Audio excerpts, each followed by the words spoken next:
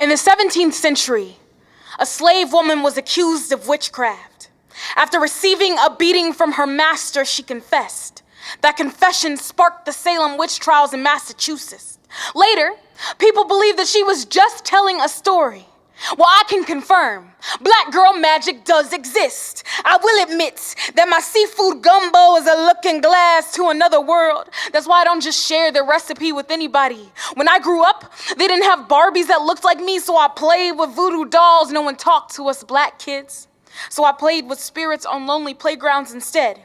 You could say I am a witch because I am dark and fly, or because it takes a lot of magic to exist as a black woman. Isn't it wizardry that I am 18, graduating from high school with no criminal history? Apparently, it's rare for a black woman to be articulate, so you are supernatural. They will call you Mad Black Woman when you speak your mind because you've got a lot to be angry about. You have probable cause to become a black hole and consume everything in sight, but most days you build and do not break. They will try to break you down, girl. They'll ridicule your body. They've called me Medusa.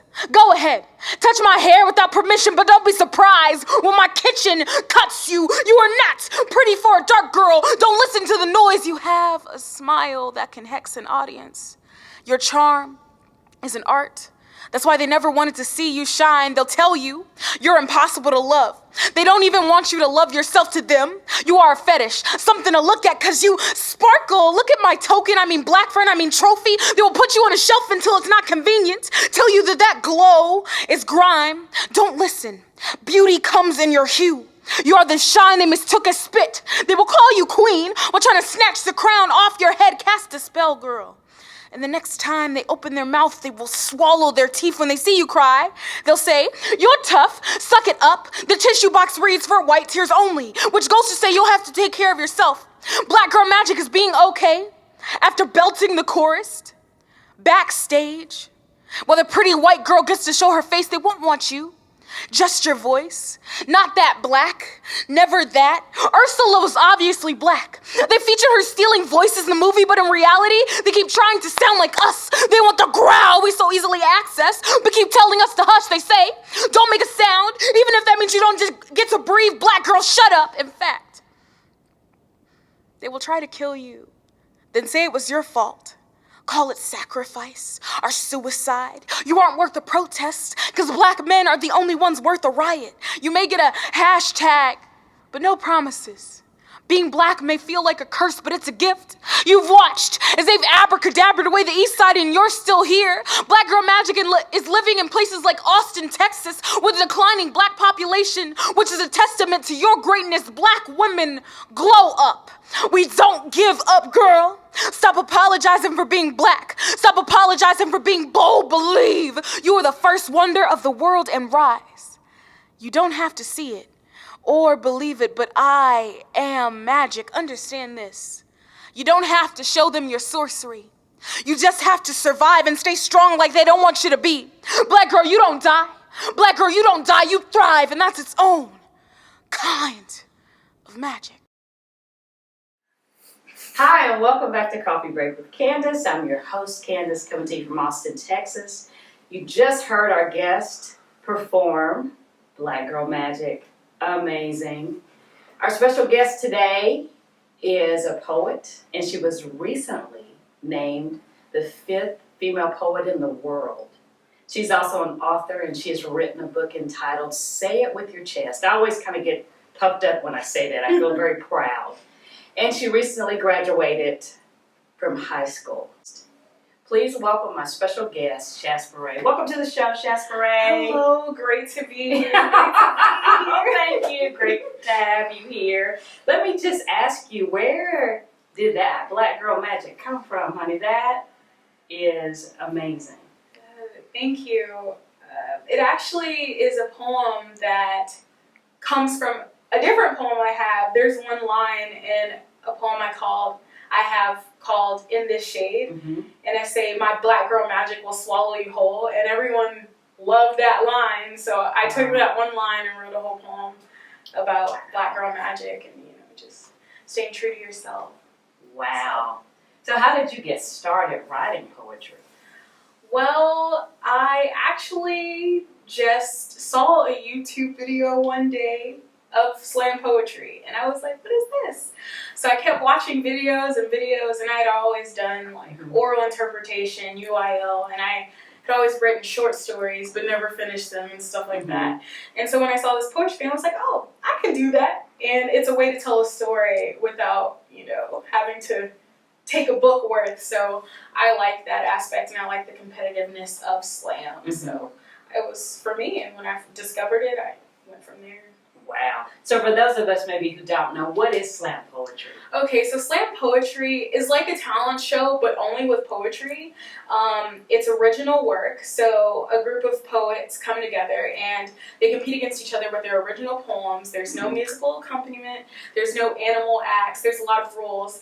And you get a score after each poem, 0 to 10. Wow. So from that, there's elimination, but winning different slams, usually there's 3 rounds. And so typically you only need 3 poems to be in a competition, and if you advance, you do another poem. And if you advance and you make it to final stage, then you do another poem. So. Wow. So all this started from a YouTube video? Because I've watched many YouTube videos. It really did. It really did. I was like, what is this? And so I looked it up and found a slam venue in Austin Poetry Slam. And they told me, and originally I was probably 13 or 14 when I found this. So I contacted their poetry group, and they told me, oh, you're too young to slam, but we have a youth group, and so you should go check that out. And so I went to the youth slam. So that's how it started. It really just a YouTube video all it took. Wow. So where does that motivation, where does that fire come from?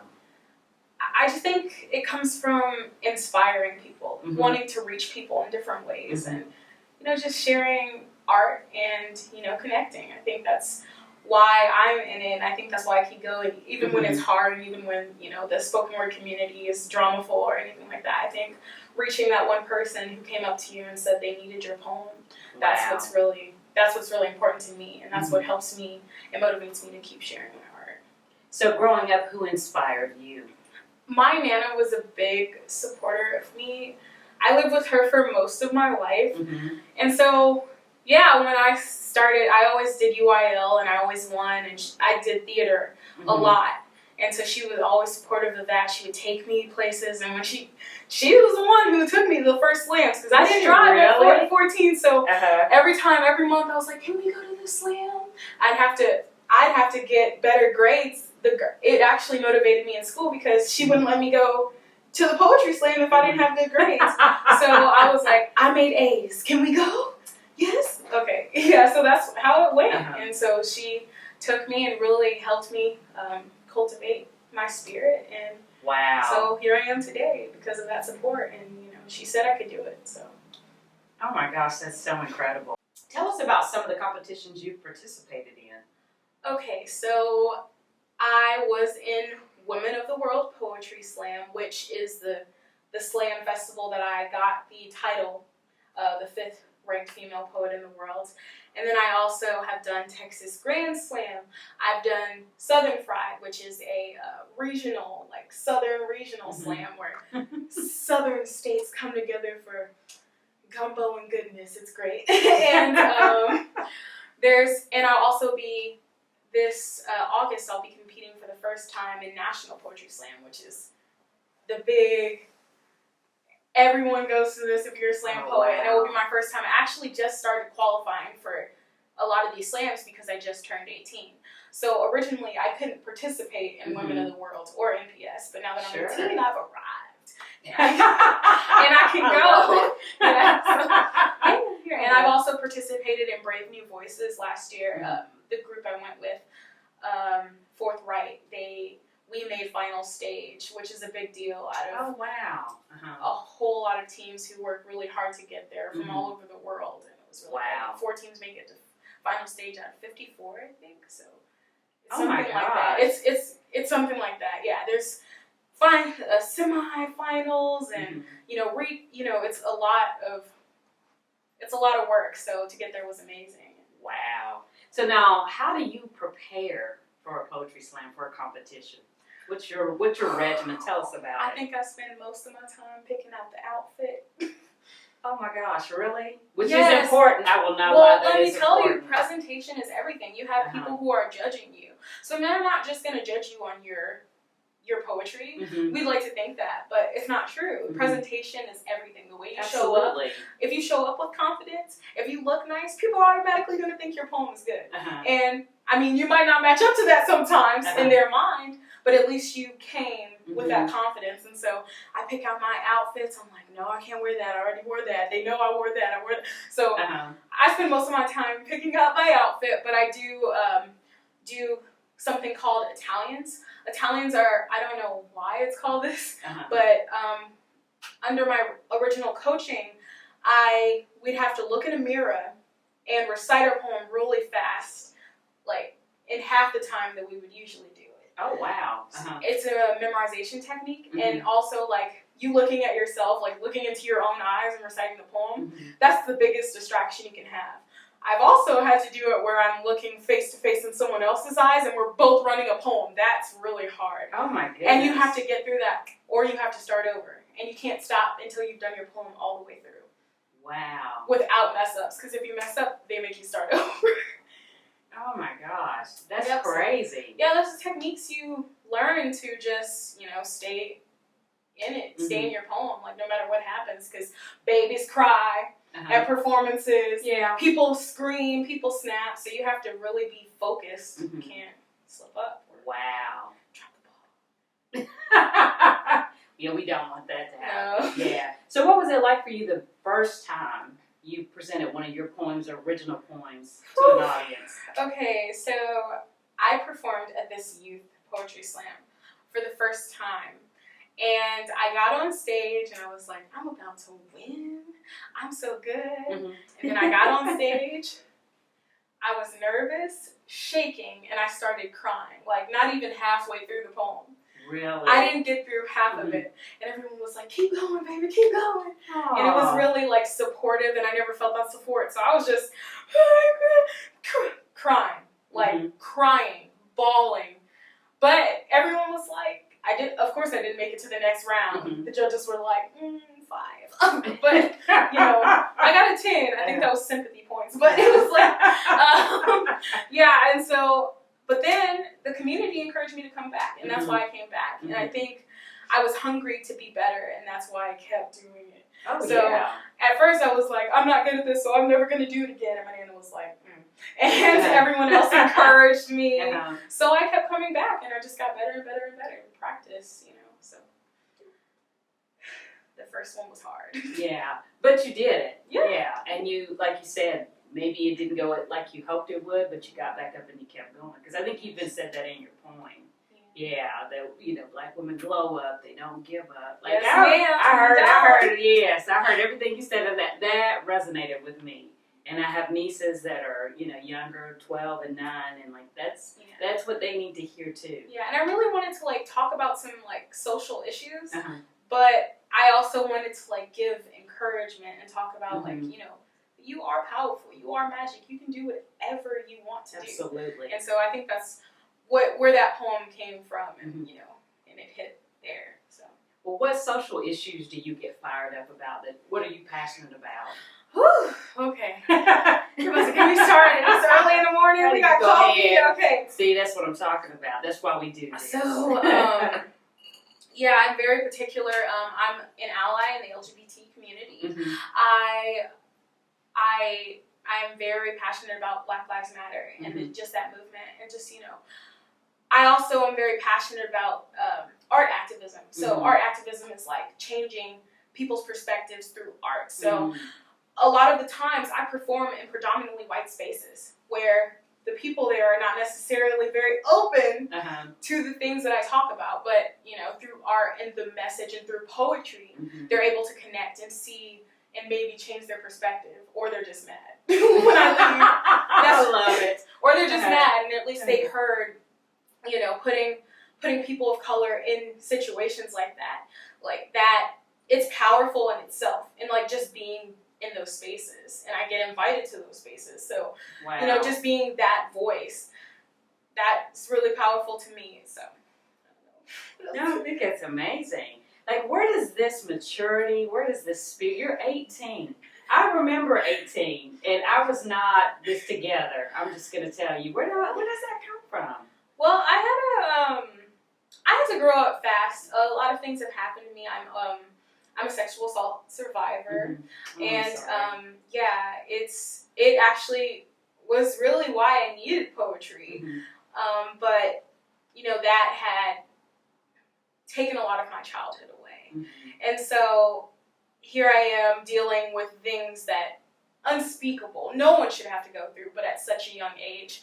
So I wasn't very social Mm-hmm. before, so I had to kind of come inward, and that self-reflection really just, I feel like what you're talking about, the maturity, it gave me time to read, to think, Mm-hmm. get myself together, and so that's probably what you're talking about.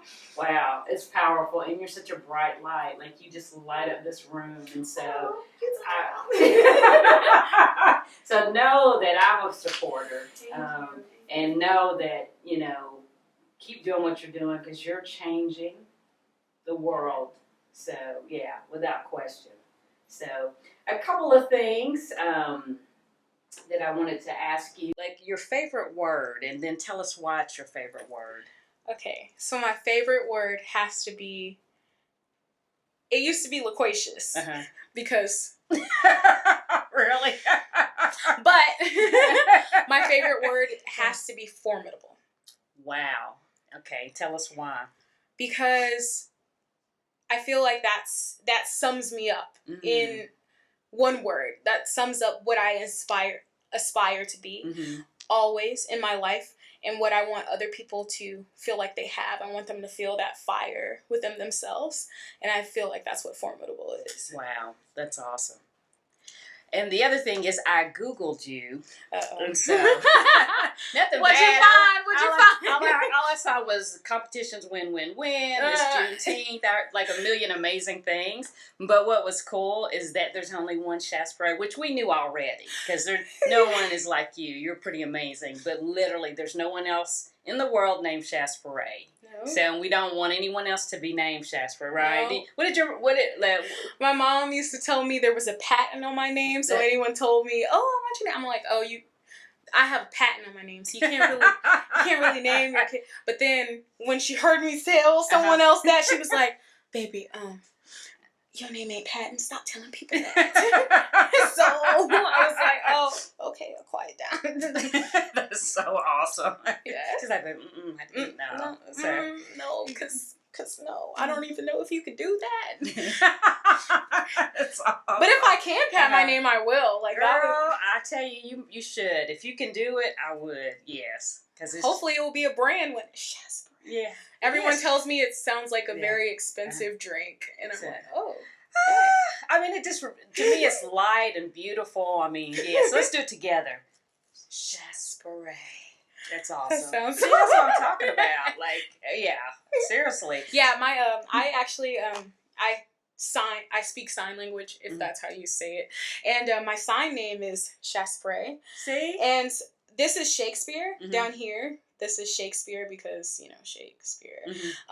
And so when I spell my name out to deaf people, they're like, Shakespeare? I'm like, no, look. And so that's why I got the sign name. It's positive Shakespeare. Yeah, that's awesome. That's awesome. Now, what's next for you? What can we expect next from Shasparay? Well, in a couple of days, I will be competing at Southern Fried. Oh, awesome. The competition I spoke about earlier. I'm really excited to see my So Fried family. It's just popping with blackness, and it's so great. I love that festival. It's my favorite so far. And then I'll be heading to National Poetry Slam in August, but I have a few features in between there, where I'm just going to be performing me and my poems. I have one tonight, actually, but I'll be doing a lot of side gigs and going to Dallas and Fort Worth to teach workshops at a church.